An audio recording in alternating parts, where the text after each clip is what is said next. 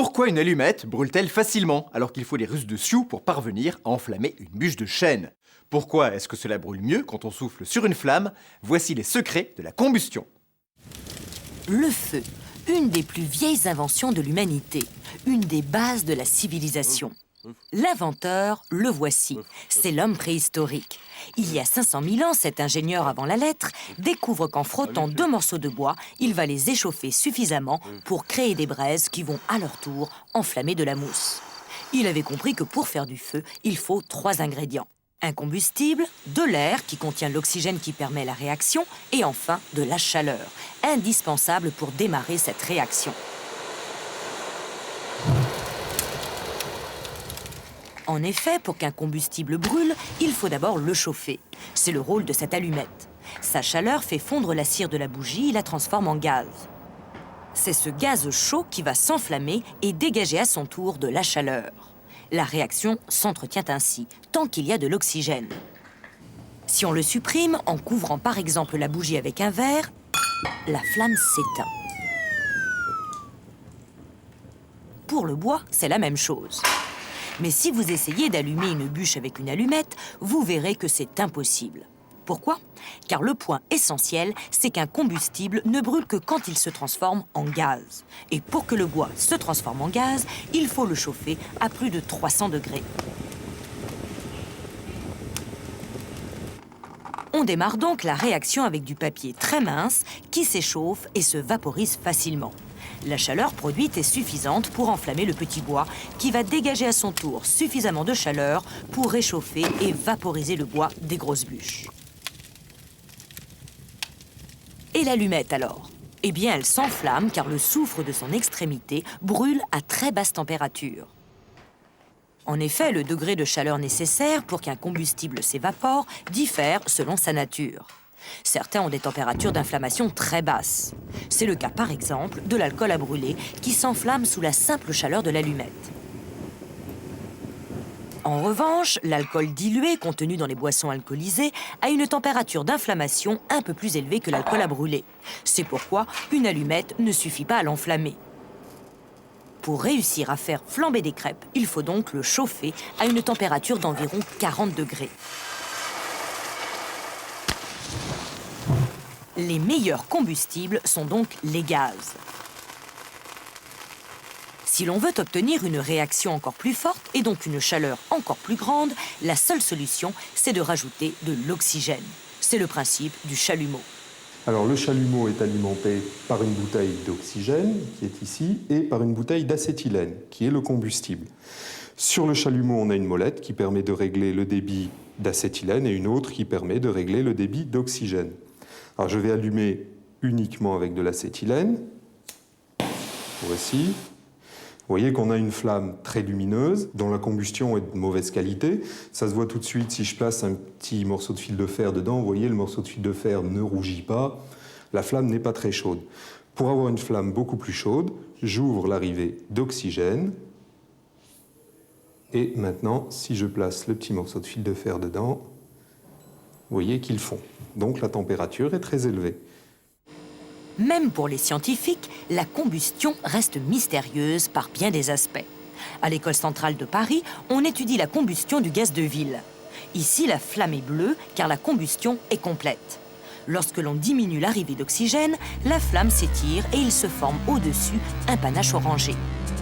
C'est le signe que tout le gaz n'est pas brûlé. La combustion est incomplète et elle produit, entre autres, du monoxyde de carbone, un gaz dangereux pour l'homme. En utilisant des caméras spéciales, les scientifiques peuvent visualiser plus facilement l'écoulement de l'air autour d'une flamme. Ils peuvent même le modifier en ajoutant des sons à la base du brûleur. Ah, dernière chose, rappelez-vous que pour arrêter un feu, on peut supprimer l'arrivée d'air. Quand cela n'est pas possible, il reste un autre moyen, refroidir le combustible. Et pour cela, on fait comme ça. Alors rappelez-vous, pour éteindre un feu, il suffit d'éliminer un de ces 3 éléments, le combustible, l'oxygène ou la chaleur. De quel carburant disposons-nous aujourd'hui pour alimenter nos voitures? Il y a l'essence, le diesel et le gaz et pétrole liquéfié, le GPL. Ces trois types de carburants créent tous de la pollution atmosphérique. Il existe pourtant, pour faire marcher nos voitures, un carburant encore plus propre, c'est le gaz naturel, celui que vous utilisez pour votre cuisinière. Comment ça marche? Pourquoi est-il si peu utilisé en France? Alors que ce n'est pas le cas, vous allez le voir en Italie, l'enquête de E=M6. Milan, la capitale économique de l'Italie. Ici comme à Paris, la circulation automobile pollue l'air. Mais les Milanais ont un peu moins peur des particules et autres dioxydes d'azote que les Parisiens, car ici, une bonne partie des voitures roulent propre. Elles utilisent le gaz naturel pour véhicules, le GNV. C'est tout simplement du méthane comme celui de nos cuisinières. En Italie, on s'en sert depuis longtemps comme carburant pour les automobiles. Le secteur gaz naturel en Italie a démarré dans les années 30. On avait développé déjà un réseau qui, dans le début des années 40, desservait 1000 autobus qui roulaient au gaz naturel en ville. Au présent, la plupart des véhicules, ce sont des véhicules particuliers. On a plus que 320 000 véhicules particuliers qui roulent au gaz naturel et la plupart, ce sont des véhicules transformés. Et regardez, il est aussi simple dans une station-service de faire le plein de gaz que le plein d'essence. La plupart des utilisateurs de GNV possèdent en fait des voitures à moteur bicarburation, fonctionnant à volonté au gaz ou au super. Petit inconvénient, le réservoir de gaz prend alors la place de la roue de secours dans le coffre. Avantage, on peut rouler au gaz dans la région de Milan et sans changer de voiture, aller se promener partout ailleurs. Le système a séduit nombre d'automobilistes. Il est vrai qu'il a un dernier avantage décisif, le prix. Le gaz coûte ici 3 fois moins cher que le super sans plomb. Ce qui m'intéresse le plus, c'est de dépenser moins. Bien sûr, protéger l'environnement, ça compte, mais le plus important, c'est le portefeuille. Moins cher et dans le respect de l'environnement, simplement. Preuve du succès du gaz naturel véhicule, ce modèle récent n'a même plus de bicarburation. Son moteur, spécialement conçu pour le gaz, est beaucoup plus efficace que les moteurs transformés et il y a enfin de la place dans le coffre. 300 000 véhicules au gaz naturel circulent donc à Milan. Qu'en est-il en France? Chez nous, pour l'instant, cette énergie est boudée. Seulement 2000 véhicules utilitaires et 300 bus au gaz naturel roulent sur tout le territoire. Pourtant, le gaz naturel est non seulement économique, mais surtout très propre. Démonstration. On place un chiffon sous le pot d'échappement d'un bus qui roule au diesel, sans commentaire. Avec le pot d'échappement d'un bus roulant au gaz, après quelques secondes, aucune trace de fumée noire. Autre atout du gaz naturel, tous les gisements ne sont pas encore exploités et les importantes réserves naturelles sont utilisables directement sans transformation polluante. En fait, c'est pas très compliqué. Le gaz naturel pour les véhicules, c'est le même que vous consommez dans votre habitation, donc pour la cuisine, pour le chauffage. C'est tout à fait le même gaz naturel. Simplement, la seule différence, c'est qu'il est comprimé à 200 bars, c'est-à-dire comme une bouteille finalement de plongée. Hein, c'est la même technologie. Qui pose tout de même un problème, le stockage. Pour un bus, il faut un compartiment spécial sur le toit contenant 9 réservoirs, soit 200 000 litres de gaz naturel. Tout juste suffisant pour parcourir 300 km, l'équivalent d'une journée de travail. Chaque soir donc, il faut refaire le plein, mais quelques minutes suffisent. Une station de compression directement branchée sur le gazoduc envoie le gaz sous pression dans le réservoir.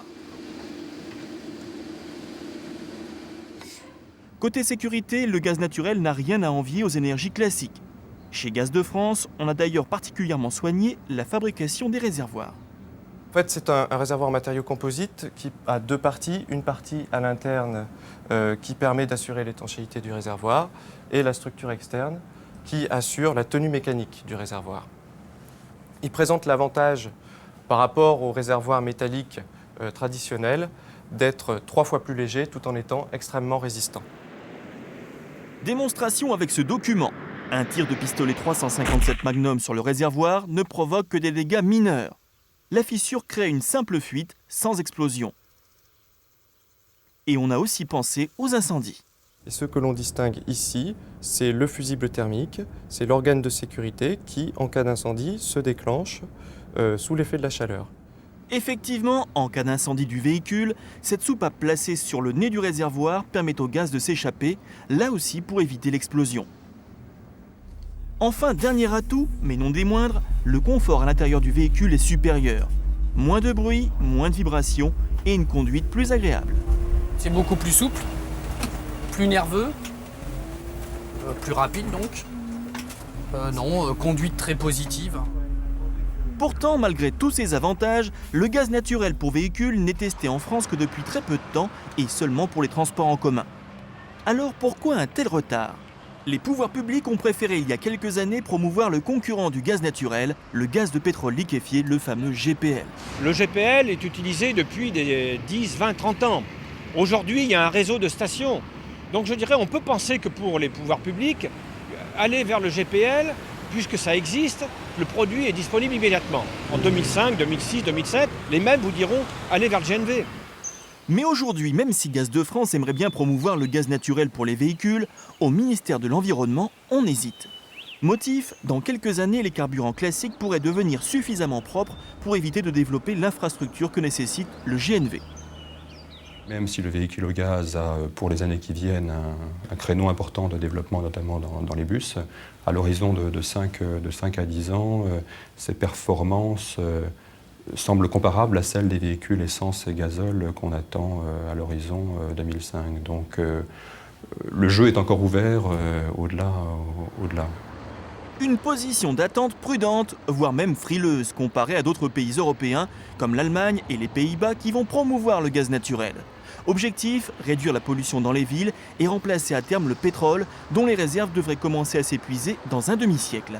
Il faudra alors trouver une alternative à l'essence pour faire avancer nos voitures. Et le gaz a un gros avantage par rapport au pétrole, c'est son acheminement. Il peut être transporté par des tuyaux, pas besoin de pétrolières ou de camions-citernes, et donc pas de risque de marée noire ou d'accident, un autre avantage à ne pas négliger. Il est partout dans nos maisons, dans nos villes, tout le monde s'en sert, mais qui sait vraiment ce qu'est le courant électrique ? Comment ça marche ? L'électricité.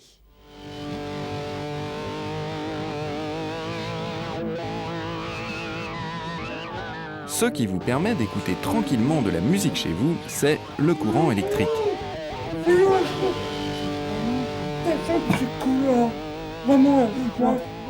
Pour comprendre ce qu'est le courant électrique, il faut d'abord se rappeler que la matière est constituée d'atomes. Dans chaque atome, on trouve au centre un noyau et des électrons qui tournent autour. Le courant électrique, ce sont des électrons qui quittent leur atome d'origine pour rejoindre un autre atome. Mais toutes les matières ne laissent pas passer ce courant. Oh non! Oh non! Seules les matières dites conductrices, comme par exemple le cuivre des fils de cette lampe, laissent passer le courant. Le cuivre, comme tous les métaux, conduit l'électricité, car les électrons du cuivre passent facilement d'un atome à l'autre. Dans le fil, on peut les représenter comme cette rangée de billes. Chaque électron bouscule son voisin, ce qui transmet le courant tout au long du circuit. Pour que cette agitation d'électrons se manifeste, il faut un générateur de courant et un circuit pour le faire passer. Un circuit, c'est-à-dire une boucle. D'un côté de la boucle, le générateur de courant. De l'autre, le moteur ou la lampe que l'on veut allumer. Parfois, c'est l'homme ou la femme qui fait la boucle, car nous sommes conducteurs. Le courant peut nous traverser, contrairement à d'autres matières comme le verre, qui lui est un isolant.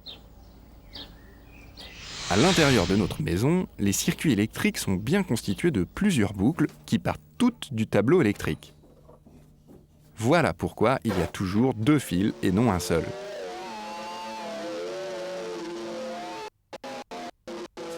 Le générateur est essentiel, c'est lui qui crée le courant.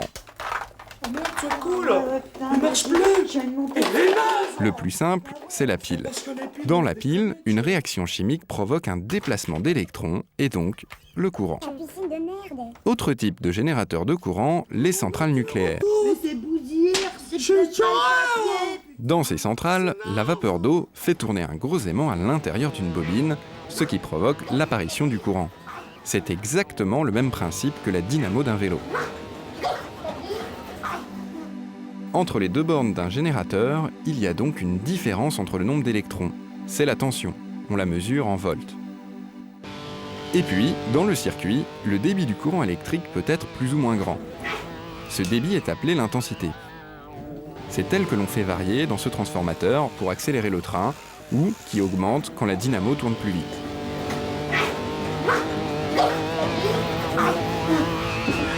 Les piles ne peuvent pas délivrer une grande intensité de courant et une tension très importante.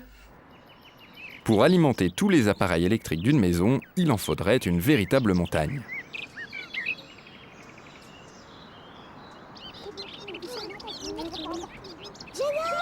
C'est pour cela que l'on utilise l'électricité provenant des générateurs des centrales électriques.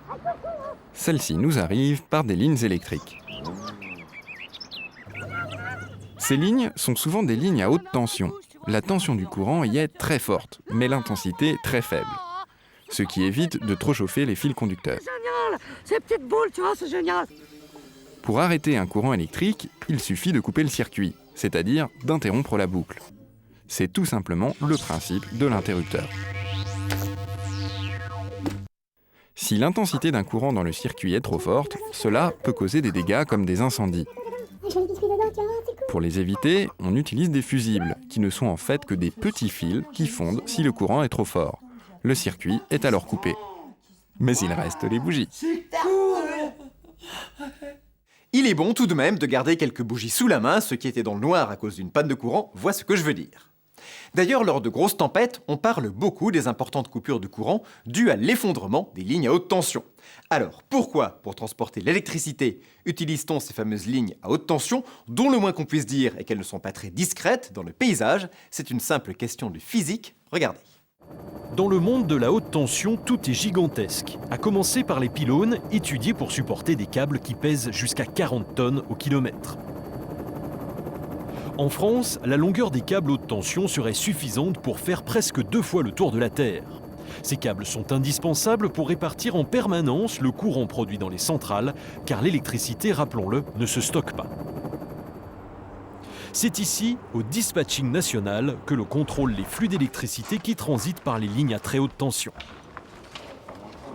On y suit à tout instant la consommation exacte d'électricité de notre pays. La voici en temps réel. Pour transporter une telle quantité d'énergie, on fait donc passer l'électricité par les lignes à haute tension. Dans ces véritables autoroutes à électrons, le courant circule avec une tension 1800 fois plus grande que dans nos prises. Elle peut atteindre 400 000 volts. C'est la seule solution pour faire circuler beaucoup d'électricité, car quand on augmente la tension, on peut faire baisser l'intensité du courant. Cette baisse permet d'éviter l'échauffement des lignes et donc la perte d'énergie. Voilà à quoi ressemble l'intérieur d'un câble haute tension. Aujourd'hui, les recherches des spécialistes visent à diminuer encore la résistance au courant de ces câbles pour éviter le réchauffement. Nous avons cherché à faire un câble qui ne s'allonge pas sous l'effet de la chaleur, en y insérant des matériaux composites ou des alliages à haute performance qui empêchent la dilatation du câble. On peut, grâce à une forme astucieuse des brins, remplir mieux l'espace et utiliser donc plus de métal et diminuer l'échauffement des conducteurs, donc les pertes. S'il est un endroit où l'on peut voir de la très haute tension, c'est ici, au Palais de la Découverte à Paris. On peut y suivre de multiples expériences qui nous montrent ce qui se passe lorsque l'on élève la tension à plusieurs milliers de volts. C'est donc l'endroit idéal pour illustrer le danger que représente le transport de courant à très haute tension. Là, c'est 300 millivolts avec 30 ampères qui circulent d'un coup. Imaginez que la boule ce soit le pylône et que la canne de l'expérimentateur soit le câble. Ils n'ont même pas besoin d'être en contact pour déclencher un puissant arc électrique. Tout simplement parce qu'avec un tel voltage, l'air devient un excellent conducteur d'électricité. Et voilà ce qui explique la présence de ces immenses isolateurs en verre. Ils évitent que le câble soit trop proche du pylône, ce qui déclencherait des arcs électriques. Ces ouvrages de haute technologie nécessitent un entretien permanent. EDF dispose pour cela d'un personnel spécialisé, les lignards. 500 techniciens qui ignorent le vertige et qui assurent une maintenance complète du réseau 2 fois par an. Et pour qu'ils travaillent sans danger, leurs nacelles et leurs combinaisons sont en matériaux très conducteurs. Rien de tel en effet que de laisser passer le courant pour éviter l'électrocution.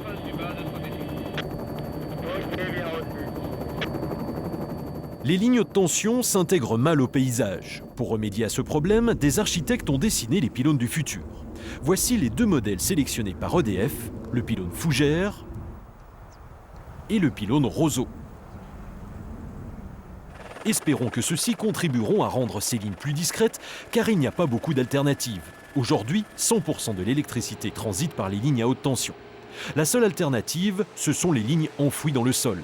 Mais elles coûtent 10 fois plus cher que les lignes aériennes. Difficile donc d'imaginer que tout le réseau puisse un jour être enfoui.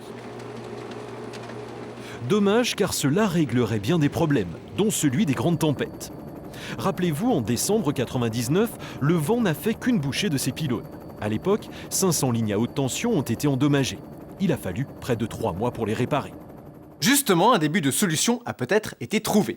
Imaginez qu'au lieu d'utiliser nos fameuses lignes à haute tension, vous produisiez l'électricité directement chez vous et à volonté, à l'aide d'une installation aussi simple qu'économique.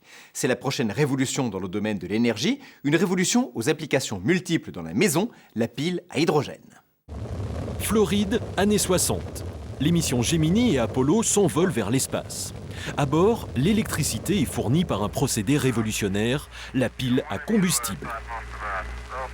Son rendement est extraordinaire, mais son prix très élevé va empêcher longtemps tout débouché vers le grand public. Spokane, État de Washington, année 2000. Dans une maison de cette banlieue résidentielle, une des sociétés du milliardaire Bill Gates teste son dernier modèle de pile à combustible. Une énergie ultra propre. Carburant, de l'hydrogène. Rejet, uniquement de la vapeur d'eau. Rendement, 2 fois supérieur à toutes les formes connues de production d'électricité. Voici la maison. Bonjour, bienvenue dans la maison témoin. Pas de doute, il y a de l'électricité et pourtant, elle n'est pas reliée au réseau électrique de la ville. Vous entendez quelque chose? C'est la centrale d'énergie de notre maison. Ça ne fait aucun bruit. Venez. Voici notre première pile à combustible résidentielle. Ce qui est unique, c'est son design modulaire. En gros, chacune de ces cartouches individuelles fournit environ 60 watts d'électricité. Admettons que l'on soit un dimanche, il y a un match de foot à la télé, c'est France-Italie. C'est à ce moment qu'il y a un problème avec l'une des cartouches. Car une cartouche, ça peut se vider. Aussitôt, comme vous le voyez, la lumière rouge va s'allumer, indiquant que la cartouche est hors service. Elle ne fonctionne plus, mais le reste de la pile continue de fournir de l'électricité, subvenant à tous les besoins de la maison. Il n'y a donc pas de coupure de courant, et vous n'avez pas besoin d'attendre le technicien qui regarde lui aussi le match et ne veut pas le rater.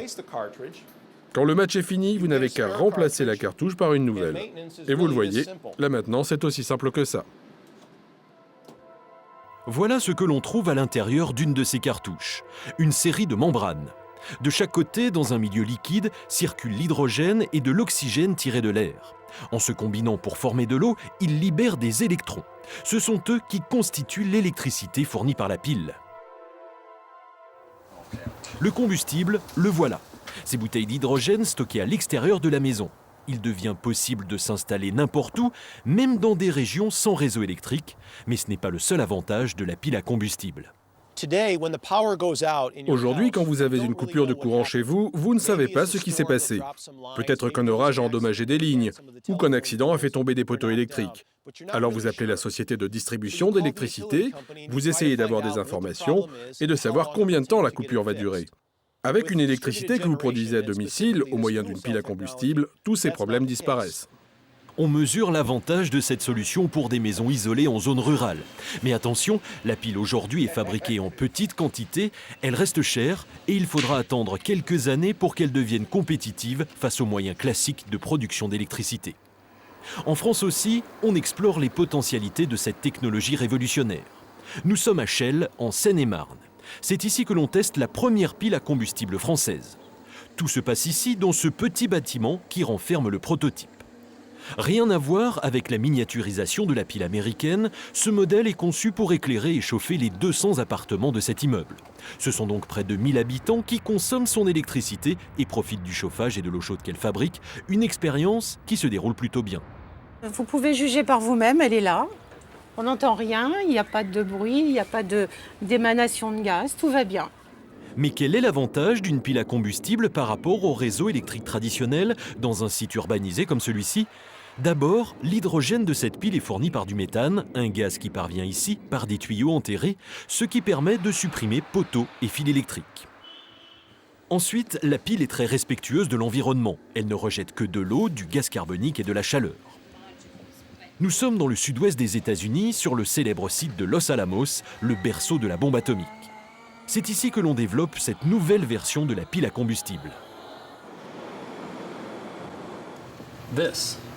Ça, c'est une micropile à combustible. Elle est composée de petites cellules imprimées sur une feuille de plastique très fine, comme un circuit électronique. Elle fonctionne avec du méthanol et de l'eau. Et elle fournit 3 à 10 fois la quantité d'énergie produite par une pile traditionnelle. Voilà qui devrait rendre obsolètes les piles et les batteries de nos calculettes, téléphones ou ordinateurs portables. Une simple recharge et c'est parti pour plusieurs mois de fonctionnement. Ici, c'est donc un liquide, le méthanol, qui fournit l'hydrogène. La réaction va se dérouler dans ces membranes ultra minces. Elles sont perméables à l'air qui fournit l'autre réactif indispensable, l'oxygène. Rien n'est enfermé comme dans une batterie classique. Démonstration. Je viens de mettre du méthanol dans les cellules. Vous voyez, celles-ci sont mouillées et elles vont commencer à casser les molécules de ce combustible. Résultat, il se forme du gaz carbonique et de l'hydrogène qui va se recombiner. Il apparaît de l'électricité, vous le voyez, elle fait clignoter cette petite lampe. Avec cette pile, plus besoin de recharger vos portables. Même si elle restera longtemps plus chère qu'une batterie classique, elle devrait très vite équiper les appareils pour lesquels on souhaite une grande autonomie, comme les ordinateurs et les téléphones. Maison, voiture, appareils électroniques, la pile à combustible va révolutionner le monde de l'énergie, en passant d'une production concentrée dans de grandes centrales à une production individuelle. Regardez autour de vous. Vous voyez que l'énergie solaire arrive en abondance partout sur Terre. Maintenant, avec cette technologie, on va produire partout où l'on voudra une énergie abondante. On va abandonner notre économie basée sur les hydrocarbures, le pétrole, pour une économie où vous produirez votre énergie comme vous voudrez. Vous aurez chez vous une petite centrale que vous pourrez aussi brancher sur votre voiture pour la faire rouler. A l'inverse, vous pourrez même alimenter votre maison avec la pile de votre voiture. Vous n'aurez qu'une seule centrale pour tout ça. Avec la pile à combustible, les utilisateurs d'électricité vont également en devenir les producteurs. De quoi bouleverser dans le monde entier les schémas classiques de production et de distribution de l'énergie. Rappelez-vous juste d'un chiffre pour bien mesurer les performances de la micropile à combustible à volume égal. Elle peut délivrer 10 fois plus d'énergie que les batteries actuelles. En France, vous le savez, 75% de l'électricité est produite par des centrales nucléaires. Comment marche une centrale nucléaire? Pour le comprendre, rien de tel qu'une visite guidée avec un expert en la matière. Le saviez-vous? Une centrale nucléaire, c'est une centrale thermique. Elle transforme de la chaleur en électricité. Mais au lieu de brûler du charbon ou du gaz, ici, on utilise la chaleur produite par la désintégration de l'uranium. La centrale de Civaux va bientôt être mise en service. On peaufine les derniers réglages. Un travail très prenant, mais il ne faut pas en perdre l'appétit. Oui. Chérie, oui. Alors j'ai une surprise pour toi, oui. Ah, un panier repas, super. D'accord, on se rejoint. Je fais ma ronde et j'arrive. Bon bah je t'attends, hein. À tout de suite.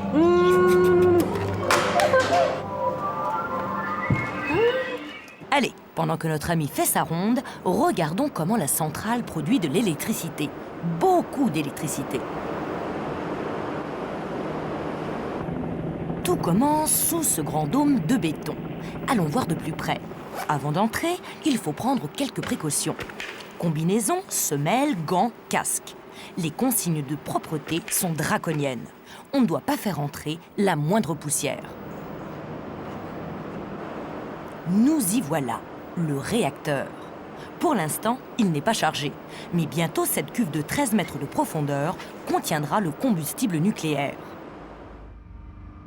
Le voici. À l'intérieur de ce faisceau de tubes d'acier, appelé crayon, les pastilles d'uranium. Avant de les mettre en place, on remplit la cuve d'eau. Les crayons restent en permanence sous l'eau car elles stoppent les radiations dangereuses. Une fois le combustible descendu, on l'isole avec ce gros couvercle de 76 tonnes. Mais que se passe-t-il là-dessous quand on met le réacteur en route? Au début, on envoie quelques neutrons, des particules qui bombardent les noyaux des atomes d'uranium et les cassent en deux. Cette cassure libère des neutrons qui vont aller bombarder d'autres noyaux et ainsi de suite. C'est la célèbre réaction en chaîne. Elle dégage une énorme quantité de chaleur, ce qui est bien pratique, mais malheureusement, elle s'accompagne de rayonnements dangereux. Heureusement, on a prévu 3 barrières. 1. La gaine métallique des crayons. 2. La paroi du réacteur, 2 cm d'acier. 3. L'épaisse paroi de béton du bâtiment réacteur. Mais que devient la chaleur produite par la réaction nucléaire? Elle est transmise à un circuit d'eau sous pression. Cette eau est chauffée à 330 degrés, mais elle ne bout pas à cause de la pression. Ces gros tubes l'amènent dans de grandes cuves. Là, cette eau va chauffer un deuxième circuit d'eau qui va se transformer en vapeur. La vapeur se dirige vers la salle des machines, où elle fait tourner ces énormes turbines. Elles sont reliées à des dynamos géantes qui produisent le courant. De quoi satisfaire les besoins en électricité d'une agglomération de 200 000 habitants. Mais que devient la vapeur une fois qu'elle est passée par la turbine? Si l'on veut que le circuit tourne, il faut la retransformer en eau, c'est-à-dire la refroidir. C'est à cela que sert un troisième circuit. C'est de l'eau froide pompée dans la rivière qui passe à côté de la centrale. Maintenant, l'eau qui retourne vers le réacteur est refroidie. Mais c'est l'eau de la rivière qui est trop chaude pour être rejetée en aval de la centrale. Il faut d'abord la faire passer sous ces tours de refroidissement où un violent courant d'air la débarrasse de sa chaleur en l'évaporant.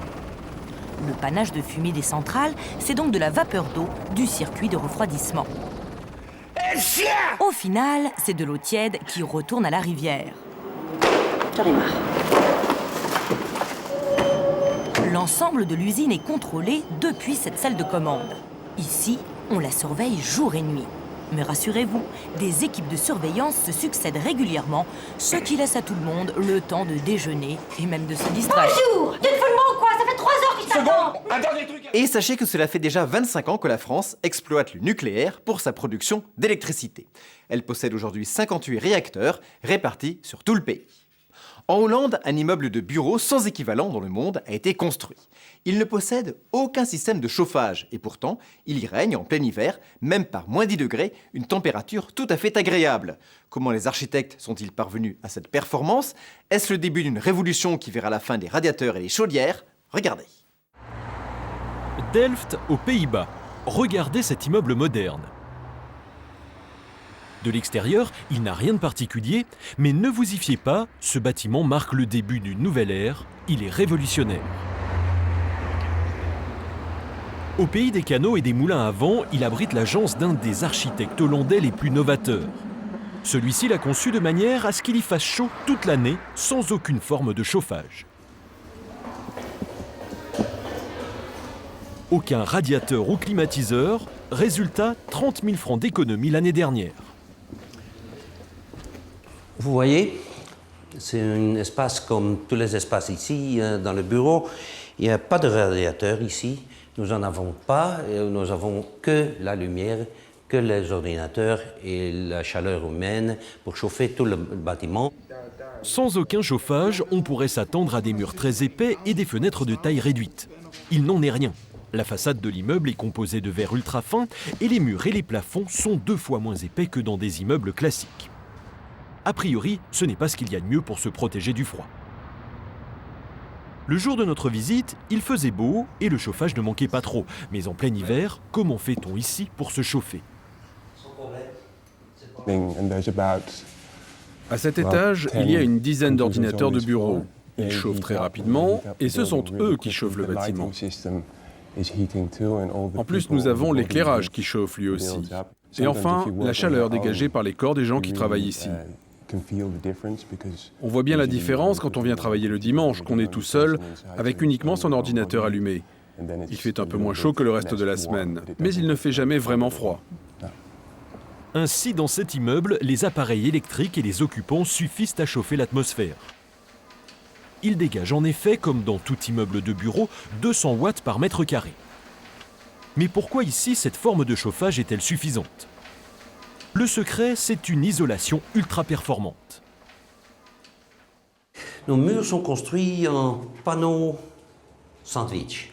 Les panneaux sandwich sont un développement qui est très avancé, avec un centre de laine de roche et 2 tôles en acier à l'extérieur. Ce matériau nous donne un mur à 10 cm d'épaisseur qui isole bien, qui est léger, qui est bon marché et qui est très très fonctionnel et qui a un air très avancé avec ce matériau de surface prélaqué. C'est la grande innovation de ce bâtiment. Jusqu'à présent, les isolants prenaient beaucoup de place. Quand ils apparaissent dans les années 70, ils se contentent d'épaissir les murs de béton. Dans les années 80, leur pouvoir isolant augmente encore et les murs de béton s'amincissent. Ici, on est allé au bout de la démarche. Plus de béton, le mur n'est plus qu'un isolant. Résultat, il est beaucoup plus léger et il se réchauffe beaucoup plus vite. Autre innovation, le plancher. Enfin, nos sols sont spectaculaires. Ils sont 30 cm d'épaisseur, creux, comme vous voyez, et il y a tout dedans. Il y a l'électricité, il y a de l'air qui sort, alors notre ventilation, et tout ça sur 30 cm avec un poids minimal de 120 km². 30 cm, c'est la moitié de l'épaisseur d'un plancher en béton et de son faux plafond. Dans un bâtiment classique, une bonne part du chauffage sert à chauffer ses parois de béton et ses faux plafonds. Ici, grâce à la finesse et à l'efficacité de la structure, l'énergie produite par les appareils et les occupants ne sert qu'à chauffer l'air ambiant. Voilà pourquoi l'immeuble est habitable sans aucune forme de chauffage. Ce concept révolutionnaire a-t-il une chance en France ? Pour le savoir, nous sommes allés interroger les experts du Centre scientifique et technique du bâtiment.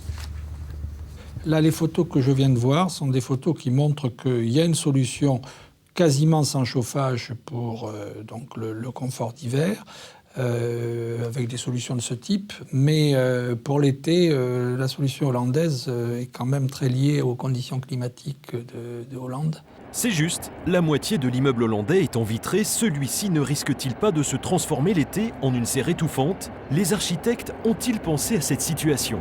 En été, on ouvre les portes. C'est très facile, le bâtiment est très léger, alors c'est l'air qu'il faut passer pour refroidir le bâtiment. C'est pas comme dans les bâtiments lourds que la chaleur reste et la radiation reste. Alors ici, ça sera une température de 30 degrés ou quelque chose comme ça, mais pas plus.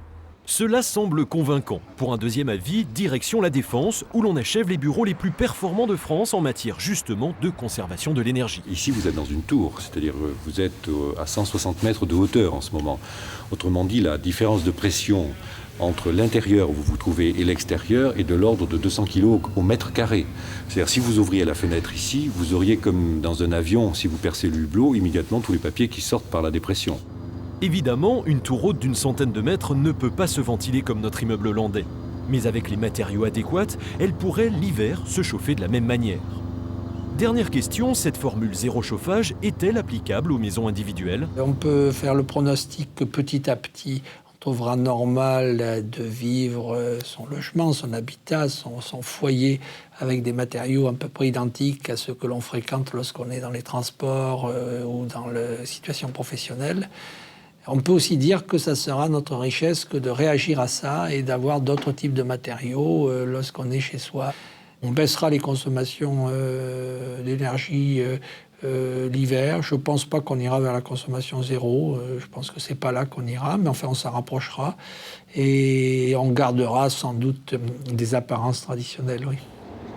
D'autant que la preuve existe. Avec des matériaux de pointe et des structures légères, on peut vivre dans un bâtiment chauffé par la seule chaleur humaine.